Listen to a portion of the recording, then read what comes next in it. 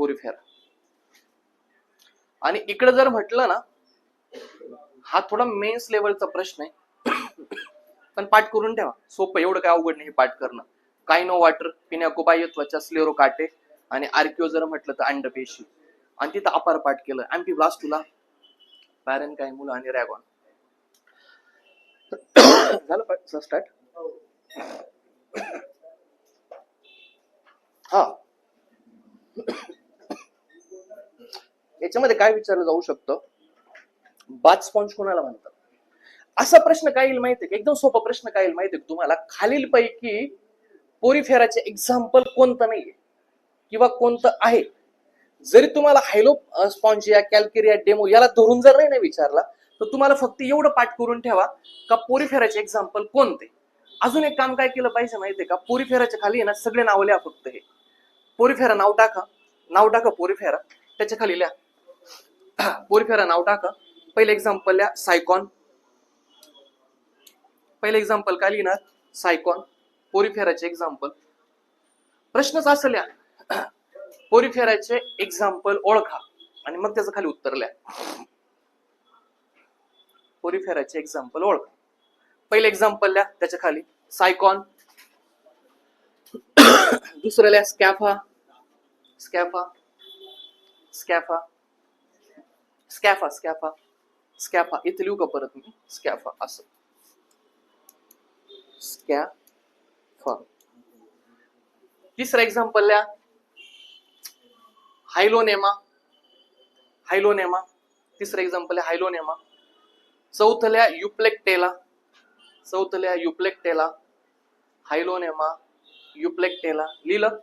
हायलोनेमा, युप्लेक्टेला. नंतर लिहा Spongilla. Spongilla. Spongilla. लिहिलं स्पॉन्जिला. नंतर लिहा युस्पॉन्ज. युस्पॉन्ज. लिहिलंस? युस्पॉन्ज. कॅलिना. कॅलिना. कॅलिना. आणि शेवटचं लिहा क्लियाओना. क्लियाओना. क्लियाओना. क्लियाओना. लिहिलं? क्लियाओना. क्लियाओना. हा, आणि त्याला मोस्ट इम्पॉर्टंट करा, जाताना ऍटलिस्ट हे तर रिवाइज करून जा. तुम्हाला असा प्रश्न येऊ शकतो यावर. डन का? डन. जर विचारायचा असला, जर ह्या चार्टला धरून प्रश्न जर त्यांना अवघड वाटलं, तर सरळ थीम लाईनचा प्रश्न टाकतील, खालीलपैकी पोरीफेराचं एक्झाम्पल कोणतं नाहीये. जसं कालच्या मेनचा प्रश्न आहे बघा, का माशांचा कोणता प्रकार नाहीये, त्या टाईपच्या आता याच्यावरती प्रश्न फ्रेम होतील आता इथून पुढचे. म्हणून तो एक अँगल आपण प्रश्नाचं पिकअप करून ठेवला. आपण प्रत्येकाचे सगळे एक्झाम्पल खाली लिहून जाऊ, म्हणजे आपल्याला ऍटलिस्ट एवढं कळलं पाहिजे, हे एक्झाम्पल पोरीफेराचं आहे, हे एक्झाम्पल सिलेंट्रायटस आहे, हे प्लॅटिहेल्मिंथस आहे, हा अँफिबियन आहे, एवढं कळलं पाहिजे तरी आपलं काम होतंय. चला पुढचा प्रश्न, सिलेंट्रायटा घ्या.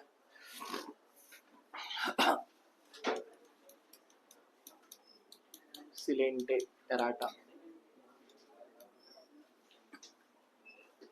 याला बेसिक पॉइंट अप्लाय करा बरं. बेसिक म्हणजे कोणते? बेसिक म्हणजे कोणते?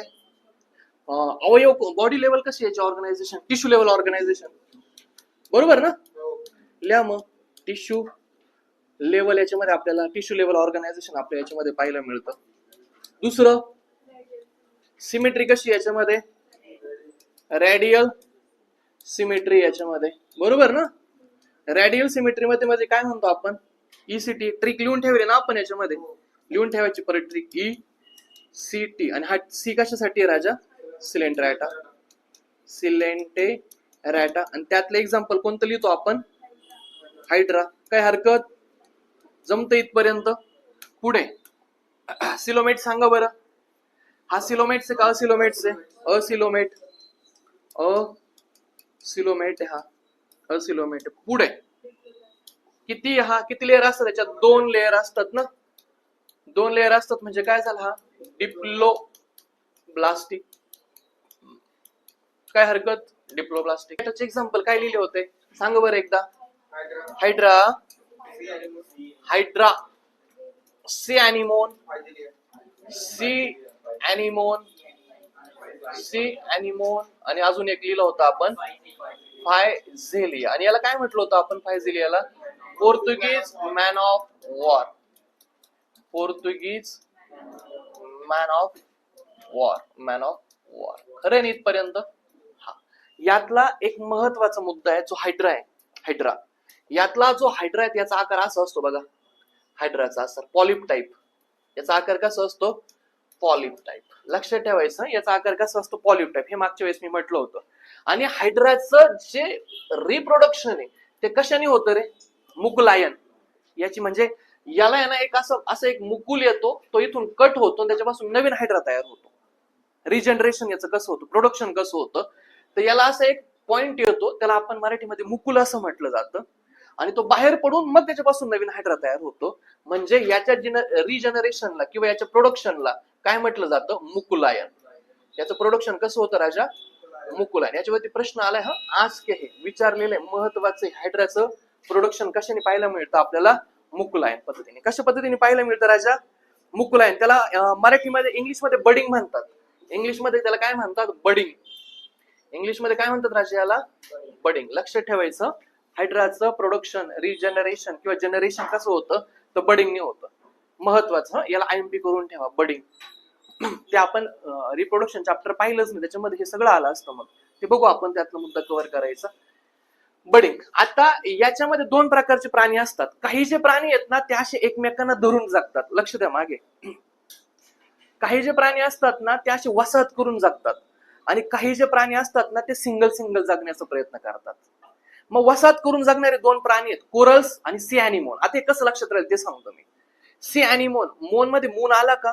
मून मध्ये अनेक चांदण्या वगैरे सगळे असतात, म्हणून हे कसं लक्षात ठेवायचं? सी अॅनिमोन वसाहत करून जगतो. त्याचं अजून एक एक्झाम्पल आहे कोरल्स. कोरल रीफ ऐकलंय तुम्ही ऑस्ट्रेलियामध्ये? कोरल रीफ हे, त्याच्यामध्ये अनेक प्रकारचे कोरल्स प्राणी असतात.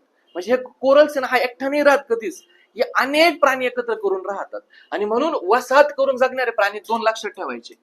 वसाहत करून किती प्राणी जगतात? दोन. त्याच्यामध्ये एक लक्षात ठेवलं मी कोरल्स आणि दुसरं लक्षात ठेवलं मी सी अॅनिमोन.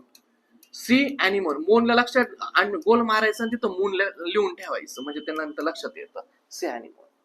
तुम्हाला माहितीये का, जे लोक जळणारे असतात त्यांच्यासोबत कोणीच राहण्याचा प्रयत्न नाही करत. जलस जलस प्रवृत्तीचे लोक आवडतात का तुम्हाला? कोणी आहे की मला जळणारे लोक आवडतात? नाही, असं कोणीच नाही राहत. मग जळणारे लोक कोणालाच आवडत नाही. आणि मग अशा लोकांपासून आपण काय करतो? लांब राहतो, डिस्टन्स मेंटेन करतो. आणि हे माणसं मग आयुष्यात एकटे पडतात. आणि म्हणून सिंगल राहणाऱ्या प्राण्यांमध्ये येतो पहिला, जळणाऱ्या लोकांवरनं शब्द तयार होतो जेलीफिश. कोणता शब्द तयार झाला? जेलीफिश. या जेलीला अंडरलाईन करून जलस लिहून ठेवायचं, म्हणजे नीट लक्षात राहील ते नंतर. जेलीफिश. आणि दुसरं एक्झाम्पल लक्षात ठेवायचं हायड्रा. दुसरं एक्झाम्पल लक्षात ठेवायचं हायड्रा. जेलीफिश आणि हायड्रा हे कसे राहतात?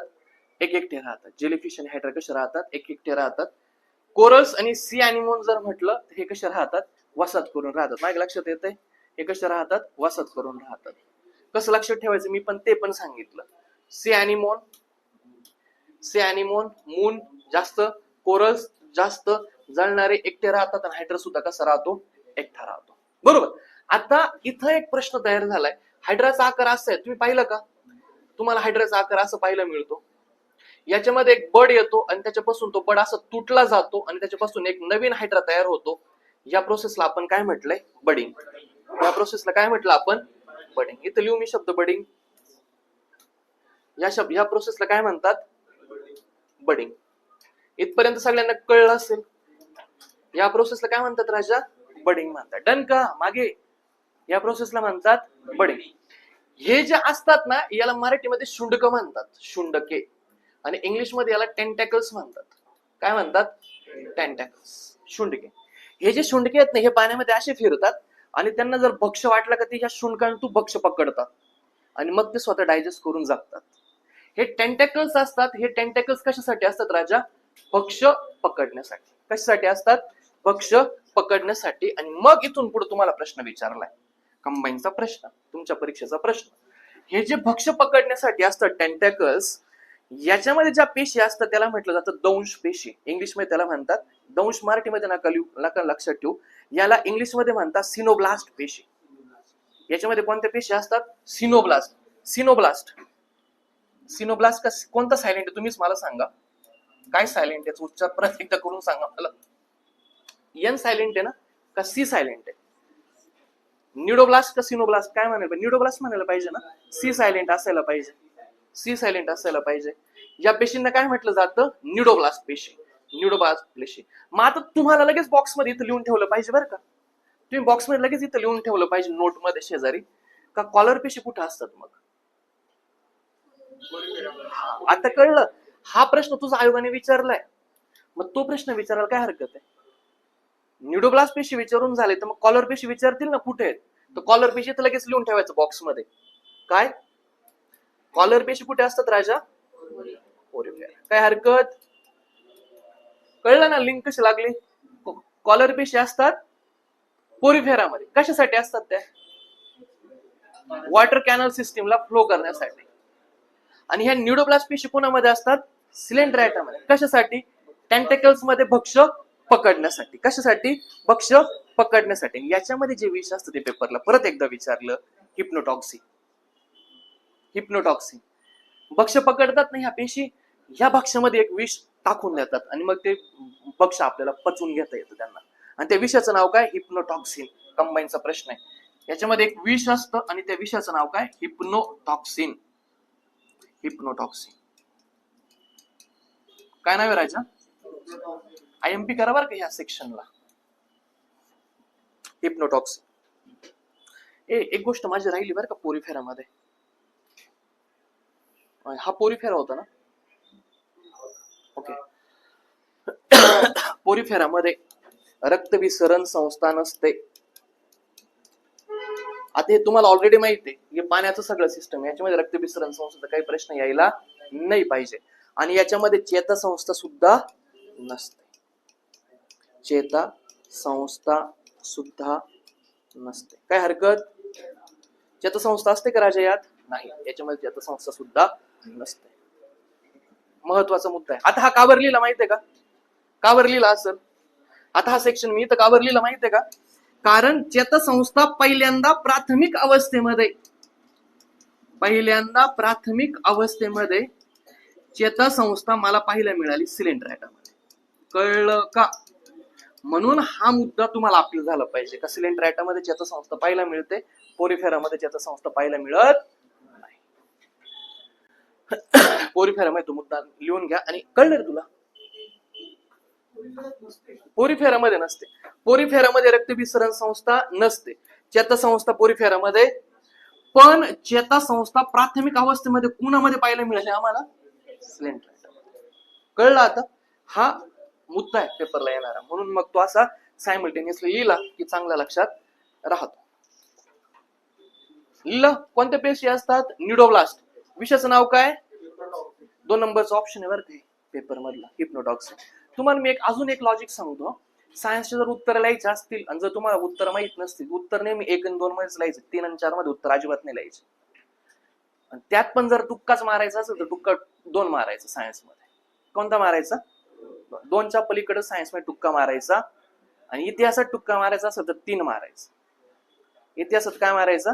3. आज मी व्हिडिओ टाकल बघा युट्यूबला, ती तेवढे व्हिडिओ पहा. तुम्हाला ते क्वेश्चन पेपरवरून ते कळून जाईल. इतिहासाचे उत्तर 3 असतात, सायन्सचे उत्तर 2 असतात. लक्षात ठेवायचं, सायन्सचे उत्तर काय असतात? कधी पण पेपर काढून पाहिजे सायन्सचे उत्तर कोणते असतात चेकआउट करायचे. 2, 3 आणि 4 मोस्टली सायन्सचे उत्तर. हा मला हे सांगायचं. आणि त्यात पण जर चूज करायचं असेल तर ज्याच्यामध्ये जास्त जोडशब्द आहेत ना ते उत्तर चूज करायचं. सायन्स मध्ये काय चूज करायचं? ज्याच्यामध्ये जास्त जोडशब्द आहे नाही ना. तसंच आहे राजा ते. हिप्नोटॉक्सिन अवघड नाही बघ. 2 जोडशब्द आहेत. उत्तर असे लिहायचे हिप्नोटॉक्सिन. एक कंटेंट तर करतोच ना, मग कंटेंटच्या बाहेर पण काही काही गोष्टी आपल्याला माहित पाहिजे. चालेल. आता याचे आपल्याला प्रकार पाहिजे. चालेल. याच्यामध्ये 2 प्रकार असतात, पॉलिप आणि मेडुसा. 2 प्रकार असतात याच्यामध्ये. प्रकार किती आहेत याचे? आकारांचे प्रकार. आकार किती असतात प्रकारचे याचे? 2 प्रकारचे आकार असतात. एक असतो पॉलिप, आणि दुसरा असतो मेड्युसा. पॉलिप जो आहे ना त्याच्यामध्ये प्रजनन अलैंगिक पद्धतीने होतं, अलैंगिक. आणि मेडुसा मध्ये प्रजनन लैंगिक पद्धतीने होतं, लैंगिक. डन. हे बेसिक आहे. हा आता मी तुम्हाला म्हटलं की हा प्रश्न परत येणार. न्यूडोब्लास्ट, हिप्नोटॉक्सिन हा प्रश्न परत येणार. हायड्रामध्ये बडिंग होतं, हा प्रश्न परत येणार. फार महत्वाचा आहे. त्याच्यानंतर हा प्रश्न फार भारी बघ, वसाहत करणारे कोण आहे? कोरल्स आणि सी अॅनिमोन, आणि सिंगल मध्ये राहणारे जेलीफिश आणि हायड्रा. डन. आणि हे त्याचे बेसिक इन्फॉर्मेशन हे ऑलरेडी आपल्याला माहिती आहे. जाऊ पुढे. लिहिलं सगळ्यांनी? जाऊ पुढे. याचे प्रकार किती प्रकार आहेत राजे? याचे 4. किती प्रकार आहेत याच्या? परत याचं वर्गीकरण किती प्रकारांमध्ये? 4. पहिला कोणता आहे? हायड्रोझोआ. हायड्रोझोआ. दुसरा स्कॅपोझोआ. हायड्रोझोआ, स्कॅपोझोआ. स्कॅपोझोआ. तिसरा येतो क्युबोझोआ. आणि चौथा येतो कोरल्स अँथोझोआ. अँथोझोआ. आता आहे हायड्रा. हायड्रोझोआ मध्ये पहिलं एक्झाम्पल येतं. हायड्रोझोआ मध्ये पहिलं एक्झाम्पल येतं हायड्रा. बरोबर ना? हायड्रा. हायड्रोझोआ मध्ये पहिलं एक्झाम्पल आपल्याला पाहायला मिळतं हायड्रा. दुसरं ओबेलिया आणि तिसरं फायझेलिया. 3 एक्झाम्पल तोंडपाठ करायचे. पहिलं एक्झाम्पल काय लिहिलं? हायड्रा. दुसरं एक्झाम्पल लिहिलं ओबेलिया. तिसरं एक्झाम्पल लिहिलं मी फायझेलिया. तिसरं एक्झाम्पल काय लिहिलं मी? फायझेलिया. कोणाला कोणाची आठवण जास्त येते? फायझेलिया. फायझेलिया बद्दल आपण ऑलरेडी लिहिलं. याला काय म्हणायचं? पोर्तुगीज मॅन ऑफ. मला असं वाटतं की हा प्रश्न यायला पाहिजे. आता फार फार फार असं गट फील होती. हा प्रश्न फार सुंदर आहे. हा प्रश्न यायला पाहिजे. Physalia, Portuguese man of war. Portuguese man of war, physalia. 3 example पाठ केले आपण. हायड्रा, ओबेलिया आणि फायझेलिया. फायझेलियाला आयएमपी करून ठेवा बरं. फायझेलिया, पोर्तुगीज मॅन ऑफ वॉर करून ठेवा याला. आणि अजून एक गंमत आहे, अजून एक नोट पॉइंट आहे याच्यामध्ये, का हायड्रोझोआ मधले जे प्राणी आहेत ना, तेच फक्त गोड पाणी आणि खारं पाणी या दोघांमध्ये पाहायला मिळतात. हाच हायड्रोझोआ. बाकी सगळे खारं पाण्यात. ओनली धिस, ओनली हायड्रोझोआ फक्त यातले प्राणी गोड आणि खारे पाण्यामध्ये पाहायला मिळतात. बाकीचे सगळे कुठं पाहायला मिळतील?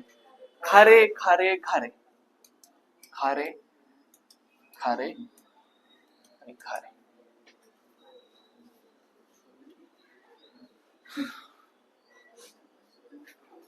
गोष्टी तुम्ही जरी पुस्तकात वाचत असले, मॅडम घरी जाऊन लिहायचं बरं का. मार्क येणार नाही तसं. हात घालून हे एवढं बेकार आहे का नंतर 4-5 दिवसात परत विसरून जाल तुम्ही. हे मी तुम्हाला सांगतो, हे मी मल्टी टाइम शिकवतो तरी मी विसरून जातो परत परत. हात घालून गेलं ना चांगलं लक्षात राहत. लिहिलं हायड्रोझोआ, हायड्रा, ओबेलिया आणि physalia. Hydra, obelia, physalia. Hydra, obelia, physalia. Hydra, obelia, physalia. आता स्कॅपोझोआ. स्कॅपोझोआचं एक एक्झाम्पल लक्षात ठेवायचं, ओरेलिया. स्कॅपोझोआ म्हणजे काय? ओरेलिया. आणि याचं एक्झाम्पल येतं जेलीफिश. Aurelia, Aurelia. ओरेलिया म्हणजे काय? Jellyfish. Aurelia, jellyfish. Scyphozoa, aurelia, jellyfish.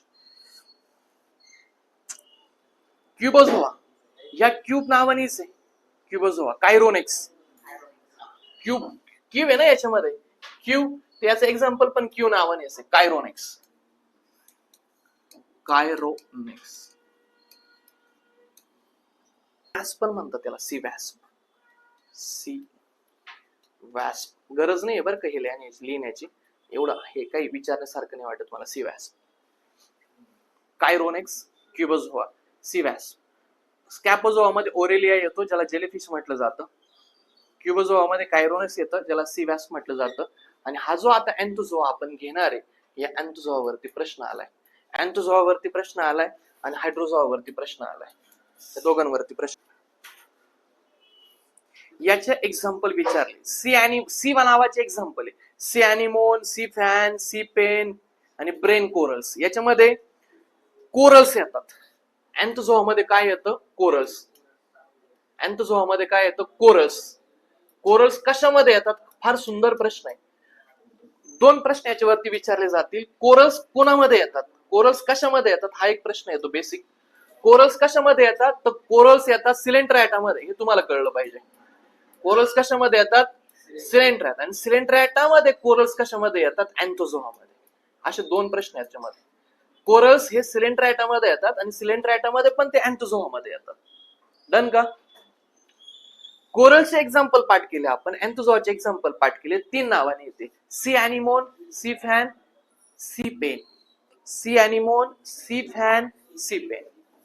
C anemone, sea anemone, sea fan आणि सी पेन. आणि अजून एक येतं brain corals. Brain corals.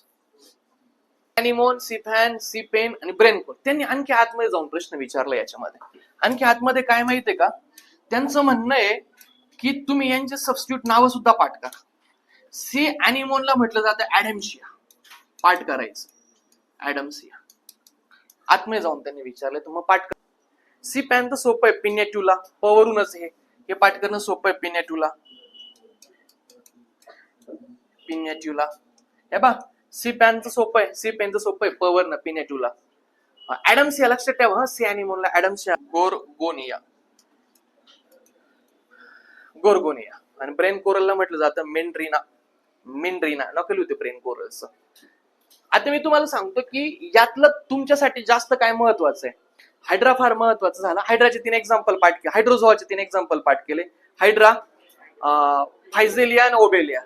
Obelia, फायझेलिया rhyming बघा, ते पाठ होऊन जाईल. Hydra, physalia, obelia. फायझेलियाला पोर्तुगीज मॅन ऑफ वॉर म्हणतात. हायड्रा संपल. स्कॅपोझोआ मध्ये एकच एक्झाम्पल लक्षात ठेवायचं, ओरेलिया, ज्याला म्हणतात जेलीफिश. क्युबोझोआ मध्ये कायरोनेक्स येतं, क्युबोझोआ मध्ये कायरोनेक्स येतं. आणि शेवटचा राहिला कोणता?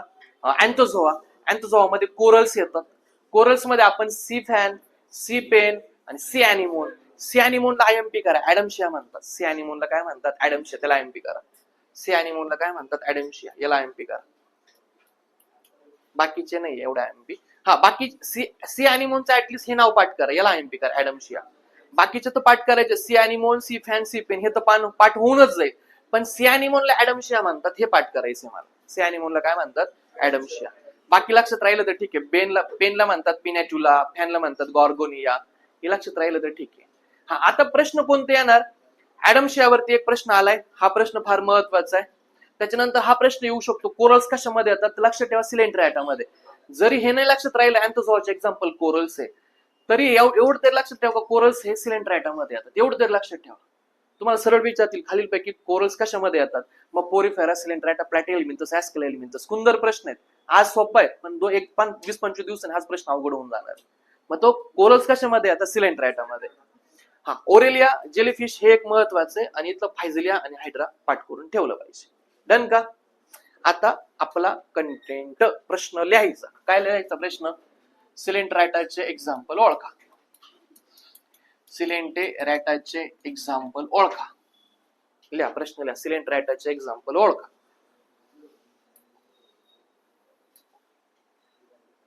सांगू आता एक्झाम्पल. लिहा. हायड्रा, पहिलं हायड्रा,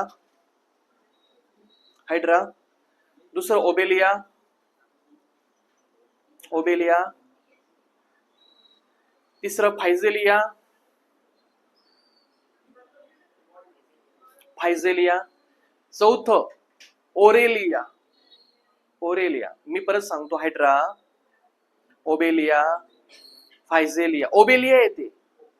हायड्रा, ओबेलिया, फायझेलिया आणि मग ओरेलिया. ओबेलिया वेगळं आणि ओरेलिया वेगळं. नंतर लिहा कायरोनेक्स, कायरोनेक्स, कायरोनेक्स. लिहिलं कायरोनेक्स. लिहा सी अॅनिमोन, लिहा sea anemone, sea anemone. Sea fan, sea fan, sea pen, sea pen आणि कोरल्स. आणि हे पेपरला जाण्याच्या अगोदर हे जो शेवटचा बॉक्स मी लिहून देतोय तो 100% वाचून जायचा. आगल्या दिवशी 100% वाचायचं. प्रश्न टॅकल होण्याला खूप मदत होईल याच्याने. परत सांगतो, हायड्रा, सिलेंट्राटाचे एक्झाम्पल काय काय लक्षात ठेवले आपण बघा. Hydra, obelia, physalia, aurelia, chironex, sea anemone, sea fan, sea pen आणि कोरल्स. तुम्हाला काय विचारतील? यातला सिलेंट्राटाचा जीव ओळखा. मगाशी आपण कोणाचे लिहिले होते? पोरिफेरा. काय काय लिहिलं होतं पोरिफेरा क्रमाने? सायकॉन स्कॅफा, सायकॉन स्कॅफा, नंतर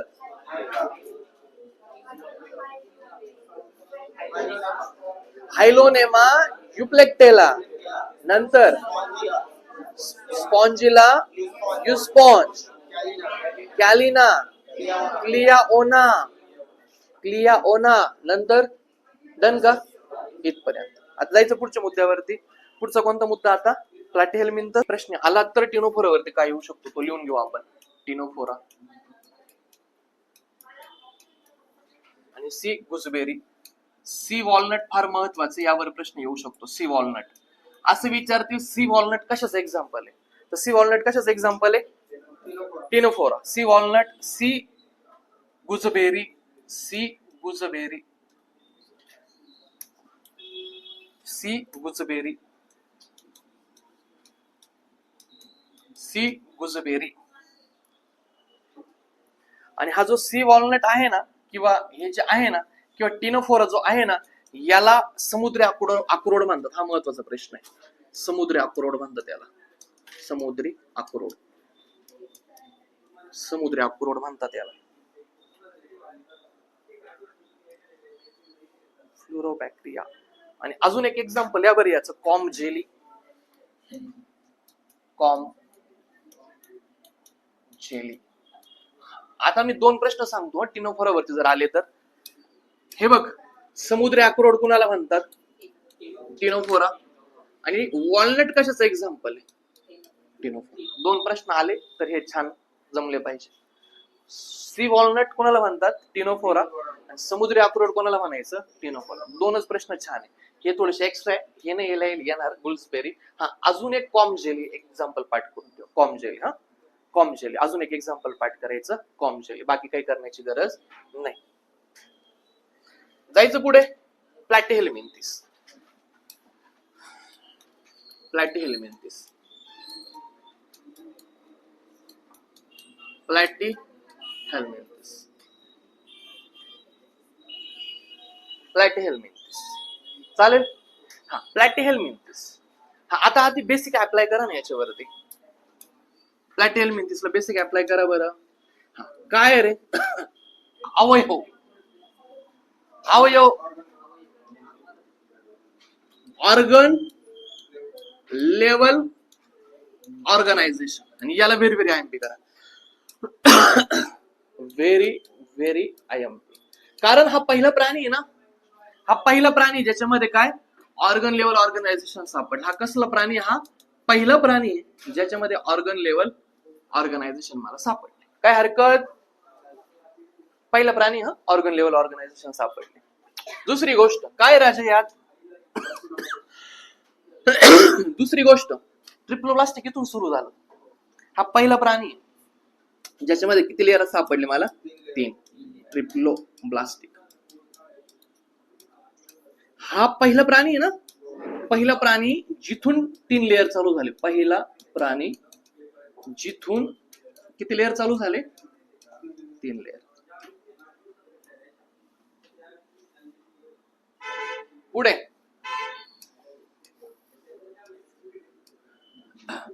असिलोमेट्स. असिलोमेट्स काय राजा? हा असिलोमेट्स. अजून काय राहिलं रे? हा, सिमेट्री. हा, बायलॅटरल सिमेट्री. याच्यामध्ये आयएमपी मुद्दा सांगितला मी, परीक्षेला कोणता येणार? हा, आणि हा पण पहिल्यांदा सुंदर आहे. ट्रिप्लोब्लास्टिक लेअर पहिल्यांदा इथून चालू झाला. हे प्लेट लाईक प्राणी असतात, प्लेट सारखे असतात. म्हणजे कसे असतात? प्लेट सारखे म्हणजे कसे असतात? चपटे. आपण हे पहिल्या लेक्चरला पण बोललो होतो की हे प्राणी कसे असतात? चपटे. आणि याचे आपण एक्झाम्पल पण पाठ केले होते ना रे, प्लॅटिहेल्मिंथिसचे एक्झाम्पल. काय होते सांगा बरं? काय होतं? टेपवर्म, टेपवर्म, प्लॅनेरिया, प्लॅनेरिया आणि लिव्हर फ्लो. आणि एक पाठ केलं होतं लिव्हर. डन का? हे त्याचे आपण एक्झाम्पल पाठ केले होते. हे जे प्राणी असतात ना राजा, हे दुसऱ्याच्या अवयवावरती जगतात, दुसऱ्याच्या बॉडीवरती जगतात. नुसते जगत नाही हे, त्या पोशिंद्याला मारण्याचं पण काम करतात. आणि म्हणून हे जे प्राणी आहेत या प्राण्यांना पॅरासाइट म्हटलं जातं. लिहून देईल मी, थांबा. या प्राण्यांना काय म्हटलं जातं? पॅरासाइट. आता ऐकून घ्या, या प्राण्यांना काय म्हटलं जातं? पॅरासाइट असं म्हटलं जातं. लक्षात ठेवायचं, या प्राण्यांना म्हटलं पॅरासाइट. आता हे समुद्रात राहणारे प्राणी, रक्त अजिबात नसणारे. रक्त असतं तर सगळ्या समुद्राचा कलर लाल झाला असता, बरोबर ना? म्हणजे याच्यामध्ये रक्तभिसरण संस्था नाही, श्वसन संस्था नाही, स्नायू संस्था नाही. मानव नाहीये, प्राणी नाही, स्नायू संस्था असण्याचा प्रश्न येत म्हणजे काय नाही. रक्तभिसरण संस्था नाहीये, श्वसन संस्था नाहीये, स्नायू संस्था आपल्याला याच्यामध्ये पाहायला मिळत नाही. पण हे जगतात ना, काहीतरी पोशिंद्यावरती जगतात ना, काहीतरी खात असतील ना. मग जो माणूस काहीतरी खातो तो उत्सर्जन सुद्धा करतो, जो प्राणी काहीतरी खातो तो उत्सर्जन सुद्धा करतो. म्हणजे याच्यामध्ये आपल्याला उत्सर्जन संस्था पाहायला मिळते. सिलेंड्राटामध्ये प्राथमिक अवस्थेत चेतासंस्था आली होती. हा त्याच्या पुढचा प्राणी आहे ना, ऍडॉप्टेशनचा पुढचा डेव्हलप प्राणी आहे. म्हणजे या प्राण्यामध्ये सुद्धा आपल्याला चेतासंस्था पाहायला 100% मिळणार आहे. जमलं का? म्हणजे याच्यामध्ये दोन गोष्टी आहेत एक्स्ट्राच्या. याच्यामध्ये उत्सर्जन संस्था आपल्याला पाहायला मिळते, याच्यामध्ये आपल्याला चेतासंस्था सुद्धा पाहायला मिळते. सगळ्यात महत्वाचं, उत्सर्जनासाठी याच्या बॉडीमध्ये फ्लेम पेशी असतात. पाठ करायचं. आतापर्यंत मी 3 पेशी पाठ करायला लावल्या. पोरिफेरामध्ये आपण कॉलर पेशी पाठ केलं, सिलेंड्राटामध्ये आपण न्यूरोब्लास्ट पेशी पाठ केलं, आणि याच्यामध्ये आपण पाठ करणारे फ्लेम पेशी. फ्लेम पेशी कशासाठी? याला उत्सर्जनासाठी. सिलेंड्राटामध्ये न्यूरोब्लास्ट पेशी होत्या कशासाठी? भक्ष्य पकडण्यासाठी. आणि कॉलर पेशी पोरिफेरामध्ये होत्या. कॉलर पेशी कशासाठी? वॉटर कॅनल सिस्टीमला वॉटरचा प्रवाह फ्लो करण्यासाठी. डन का? उत्सर्जनासाठी याच्यामध्ये कोणत्या पेशी असतात राजा? फ्लेम पेशी. कोणत्या पेशी असतात? फ्लेम पेशी. मग आता मुद्दा काय आला पाहिजे याच्यामध्ये? रक्तभिसरण संस्था असते का? रक्तभिसरण नाही, श्वसन नाही, स्नायू नाही, हे नाहीये. मग याच्यामध्ये काय पाहायला मिळतं रे? काय मिळतं आपल्याला याच्यामध्ये पाहायला? चेता चेता चेता आपल्याला पाहायला मिळते, आणि उत्सर्जन संस्था आपल्याला पाहायला मिळते. आणि महत्वाचा प्रश्न प्रेडिक्शनचा असा का उत्सर्जन संस्था जर आपल्याला याच्यामध्ये पाहायला मिळत असेल तर उत्सर्जन संस्था उत्सर्जन करण्यासाठी याच्यामध्ये कोणत्या पेशी असतात? फ्लेम पेशी. कोणत्या पेशी असतात? फ्लेम पेशी. आता तुम्हाला एक मुद्दा कळला की इथं आपण नोटमध्ये लिहिलं पाहिजे बॉक्स करून. काय लिहिलं पाहिजे बॉक्स करून? 3 पेशी लिहिल्या पाहिजे. कोणत्या पेशी लिहिल्या पाहिजे? पहिली कॉलर पेशी. कॉलर पेशी कुठे असते? पोरिफेरा. काय करते? Water flow. दुसरी काय लिहायला पाहिजे? न्यूरोब्लास्ट. न्यूरोब्लास्ट कुठे असते राजा? सिलेंड्राटा. काय करते? भक्ष्य पकडण्यासाठी. विषाचं नाव माहिती आहे ना? हिप्नोटॉक्सिन. हिप्नोटॉक्सिन. आणि आता तिसरी पेशी कोणती पाहिली आपण? फ्लेम. फ्लेम पेशी कुठे असते? प्लॅटिहेल्मिंथस. कशासाठी? यायला पाहिजे ना प्रश्न. छान आहे ना? IMP करा.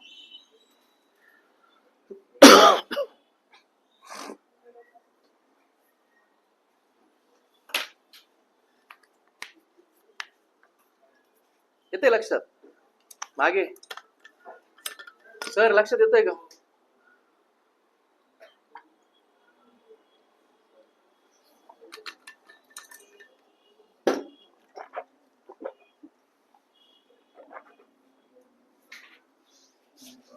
त्याच्यामध्ये वर्गीकरण याचं 3: टर्बेलारिया, सिस्टोडा आणि ट्रिमॅटोडा, सिस्टोडा आणि टर्बेलारिया. 3 याच्यामध्ये. 1 2 3. पहिलं सांग रे. पहिलं काय म्हटलं आपण याला? टर्बेलारिया. टर्बेलारिया. दुसरं ट्रिमॅटोडा. ट्रिमॅटोडा. आणि चौथं सियास्टोडा. सिस्टोडा. सियास्टोडा. सियास्टोडा. सियास्टोडा. टर्बेलारिया. टर्बेलारिया, ट्रिमॅटोडा आणि सियास्टोडा. टर्बेलारिया, टर्बेलारिया, ट्रिमॅटोडा आणि सियास्टोडा. डन का? इथं तुम्हाला ट्री दिसतोय का राजा? ट्री. असं ट्री. ट्री आणि मग खाली एक बसला होता कोणता रे? ग्रॅव्हिटेशनचा नियम सांगितला. कोण बसला होता झाडाखाली? न्यूटन. वरून काय पडतं? ऍपल. आणि मग त्याला कशाचा शोध लागला? ग्रॅव्हिटेशन. मग हा न्यूटन खाली बसलाय, या न्यूटनच्या ऐवजी इकडे नामदेव बसलाय. कोण बसलाय? नामदेव बसलाय. वरून ऍपलने रक्त पडतंय. काय पडतंय? रक्त पडतंय. कारण ट्री वरती कोण बसलंय? फ्लूक. ट्री वरती कोण बसलंय? फ्लूक. त्याचे एक्झाम्पल सांगा. काय? Liver fluke. याचं एक्झाम्पल काय? Liver fluke. अजून काय रे? Blood fluke. दोनच आहे ना? लिव्हर फ्लूक आणि ब्लड फ्लूक. अरे यार, लिव्हर फ्लूक आणि ब्लड फ्लूक.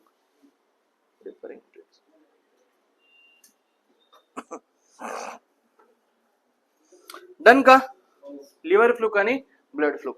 तुम्हाला एक माहिती आहे का रे, की असं एक तुम्ही जर पाहिलं की ज्या भागामध्ये वाऱ्याचं प्रमाण जास्त असतं, जॉग्राफी मध्ये एक सुंदर नाव आहे रे त्याला, पवनचक्की कुठे जास्त बसवली, वीज निर्मिती जास्त होते जॉग्राफी मध्ये, तो सेक्शन. हा पण ते जिल्हे बघ ना, टॉपचे जिल्हे.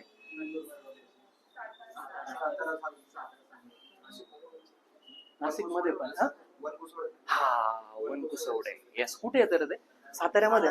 वनकुसवडे. पवनचक्क्या जास्त बसवल्या. त्याला टर्ब म्हटलं जातं. काय म्हटलं जातं? टर्ब म्हटलं जातं पवनचक्कीला. काय म्हटलं जातं? असं टर्ब म्हटलं जातं नाही का? पवनचक्की टर्ब म्हटलं जातं. आणि ज्या भागामध्ये ओसाड भाग आहे, जिथं वीज निर्मिती करायची, मग वीज निर्मिती कशी करायची, तर मग एक सुंदर असा प्लॅन केला जातो का आपण इथं काय बसवू? टर्ब बसवू. आणि ते टर्ब फिरवून अख्ख्या गावाला वीज निर्मिती आपण प्रोव्हाइड करू. त्यासाठी काय करावं लागतो? आधी प्लॅन करावा लागतो. आणि मग ह्या टर्ब साठी काय करावं लागतो? प्लॅन. त्याचं एक्झाम्पल होतं प्लॅन एरिया. त्याचं एक्झाम्पल होतं प्लॅन एरिया. हेपेटिका, लिव्हर फ्लूकला, फॅजिओला. हा प्रश्न भारी आहे बरं का. लिव्हर फ्लूकला, फॅजिओला, फॅजिओला हेपेटिका. आता लक्षात घ्या, लिव्हर फ्लूक आहे म्हणजे हे तुमच्या रक्ताचाच प्रकार आला. आणि तुमचं जे लिव्हर आहे, हेपेटायटिस होतं त्याच्या. Liver hepatitis. लक्षात राहिलं सोपं. सियास्टोडा. पोर्क वर्म आणि डॉग वर्म असे दोन एक्झाम्पल लक्षात ठेवायचे सियास्टोडाचे. दोन एक्झाम्पल लक्षात ठेवायचे. कोणते? पोर्क. पोर्क ना? पोर्क. टर्म वर्म म्हणण्यापेक्षा डायरेक्ट पोर्क वर्म म्हणा ना, सोपं जाईल पाठ करायला. पोर्क वर्म आणि डॉग वर्म. आणि डॉग वर्म याचं नाव लक्षात ठेवायचं आहे. पोर्क वर्मचं taenia solium. Taenia solium. Taenia solium. Taenia solium. Taenia solium. Pork कोणाला म्हणतात? डुकराला. पोर्क. आणि डॉग वर्मचं लक्षात ठेवण्याची, बीप वर्म. डॉग वर्मला बीप वर्म म्हणतात, नका लक्षात ठेवू. Taenia solium. तुम्ही बिग बॉस बघता का? कोणी बघत का? नाही बघत. कोणीच नाही बघत. त्याच्यामुळे तानिया आहे बघ. चाटा मारत. 150 बावडे का? अरे काही पण आणतो तुमच्या गोळ्या मारत. काही विषय काढला का? त्याची कंपनी आहे त्याची. युट्यूबला बघ एकदा, घरी गेलो. तानिया भारतातली सगळ्यात फेक पर्सन आहे तानिया. कोणता विषय काढला ना, लाडू बनवतो, लाडूची फॅक्टरी. आणि फॅक्टरीचं नाव सांगायचं नाही म्हणते. का बरं सांगायचं नाही? म्हणे पर्सनल इन्फॉर्मेशन. अरे कंपनीचं ते उलट लोक ऍडव्हर्टाईजला पैसे खर्च करतात, ती कंपनीचे नाव सांगत नाही. कंपन्याच एक्झिस्ट नाही. चेक करा तानिया तुम्ही, तुम्हाला माझी. ऐका, प्लॅटेल मीन